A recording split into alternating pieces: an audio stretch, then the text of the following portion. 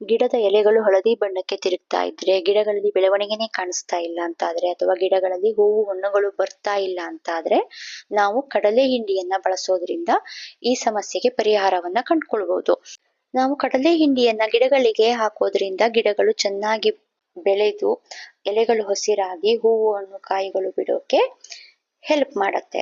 ಈ ಕಡಲೆ ಹಿಂಡಿಯಲ್ಲಿ ನೈಸರ್ಗಿಕವಾದ ನೈಟ್ರೋಜನ್, ಫಾಸ್ಫರಸ್, ಪೊಟ್ಯಾಷಿಯಂ ಹೇರಳವಾಗಿರೋದ್ರಿಂದ ಇದು ಗಿಡಗಳಿಗೆ ಬೇಕಾಗುವ ಪೋಷಕಾಂಶಗಳನ್ನ ಒದಗಿಸಿ ಗಿಡಗಳು ಚೆನ್ನಾಗಿ ಬೆಳೆಯೋಕೆ ಹೆಲ್ಪ್ ಮಾಡತ್ತೆ.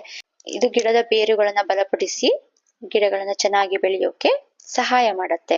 ನಾವು ನಮ್ಮ ತರಕಾರಿ ಗಿಡ, ಹೂವಿನ ಗಿಡ, ಹಣ್ಣಿನ ಗಿಡ ಯಾವುದೇ ಗಿಡಗಳಿಗೆ ಇದನ್ನ ಹಾಕ್ಬಹುದು. ಕಡಲೆ ಹಿಂಡಿಯನ್ನ ನೀರಿನಲ್ಲಿ ನೆನೆಸಿ ನೀರಿನ ಜೊತೆ ಮಿಕ್ಸ್ ಮಾಡಿ ಎಲ್ಲ ಗಿಡಗಳಿಗೂ ಹಾಕ್ಬಹುದು. ಇಲ್ಲ ಕಡಲೆ ಹಿಂಡಿಯನ್ನ ಮಣ್ಣಿನ ಜೊತೆ ಸೇರಿಸಿ ಎಲ್ಲ ಗಿಡಗಳಿಗೂ ಸ್ವಲ್ಪ ಸ್ವಲ್ಪ ಹಾಕ್ತಾ ಹೋದ್ರೆ ಗಿಡದ ಬೆಳವಣಿಗೆ ಉತ್ತಮ ರೀತಿಯಲ್ಲಿ ಆಗೋದನ್ನ ನಾವು ಕಾಣ್ಬೋದು. ಸೊ ಮನೆಯಲ್ಲಿರೋ ತುಳಸಿ ಗಿಡದಿಂದ ಹಿಡಿದು ಯಾವುದೇ ಹಣ್ಣು ಕಾಯಿ ತರಕಾರಿ ಗಿಡಗಳಿಗೆ ನಾವು ಇದನ್ನ ಬಳಸಬಹುದು.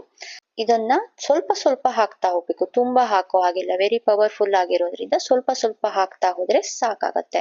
ಸೊ ಗಿಡಗಳನ್ನ ಬೆಳೆಸೋರೆಲ್ಲರೂ ಇದನ್ನ ಟ್ರೈ ಮಾಡಬಹುದು. Thank you for watching.